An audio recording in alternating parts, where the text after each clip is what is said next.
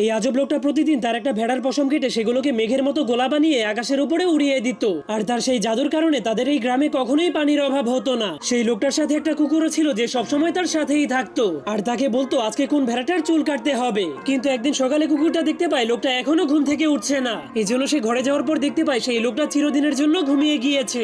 যার কারণে সেই লোকটা আর সেখানে না থাকার কারণে সেখানে অনেক বছর ধরে বৃষ্টি হয় না। এই জন্য সেখানকার সবগুলো নদী শুকিয়ে যাওয়ার কারণে সেখানে খরা হয়ে যায়। যার কারণে কুকুরটা ভেড়াগুলোর পশম কেটে সেই লোকটার মতো মেঘ তৈরি করার চেষ্টা করে, কিন্তু সে ব্যর্থ হয়ে যায়। তখনই কুকুরটা দেখতে পায় একটা ভেড়ার পশম অনেক বড় হয়ে যাওয়ার কারণে সেই ভেড়াটা আকাশে উড়ে যাচ্ছে।